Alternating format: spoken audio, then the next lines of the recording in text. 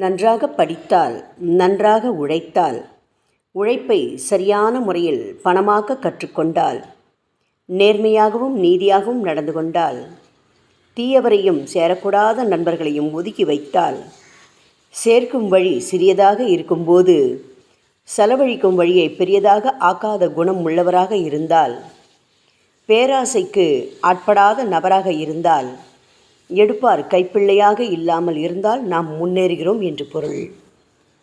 ஆன்மீக முன்னேற்றம் எப்பொழுது ஏற்படுகிறது? அதை எப்படி உணர்ந்து கொள்வது என்றால், அது மிகப்பெரிய விஷயம். குடிப்பிறப்பால் சிலர் சிக்கலே இல்லாமல் பகவானை ஆன்மீகத்தை நோக்கி முன்னேறுவார்கள். எல்லோருக்கும் இது சாத்தியமில்லை என்பதால் பகவான் எல்லா மக்களையும் ஆன்மீகத்திற்கு இழுப்பதற்கு அவர்களுக்கு சோதனைகளை கொடுப்பதன் மூலம் முதல் தர வழியாக இருக்கிறது.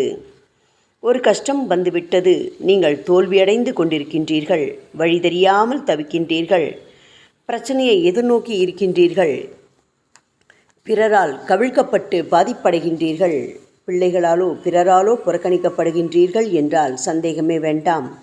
நீங்கள் கடவுளால் தேர்வு செய்யப்பட்டவர்கள் என்பது 100% உண்மை.